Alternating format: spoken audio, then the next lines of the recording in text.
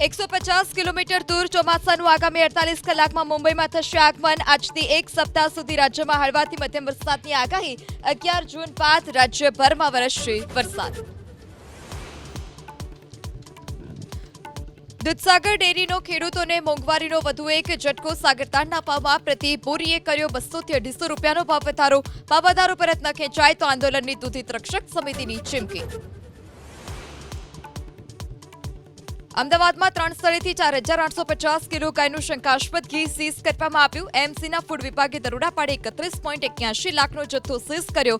વચનામૃત અને રીધમ કાઉ ઘીના સેમ્પલ મોકલાયા પરીક્ષણમાં। રાજ્યના ખેડૂતોના હિતમાં રાજ્ય સરકારનો મહત્વનો નિર્ણય। ચાલુ વર્ષે નર્મદાની નહેરોમાં વહેલું પાણી છોડવાનો નિર્ણય। ખરીફ પાકની તૈયારી કરતા ખેડૂતોને 11 જૂનથી સિંચાઈ માટે મળશે પાણી।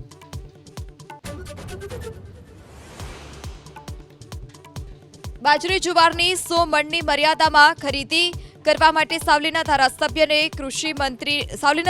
કૃષિમંત્રીને પત્ર લખ્યો। માવઠાથી થયેલી નુકસાનીને કારણે ખેડૂતોને આર્થિક મદદ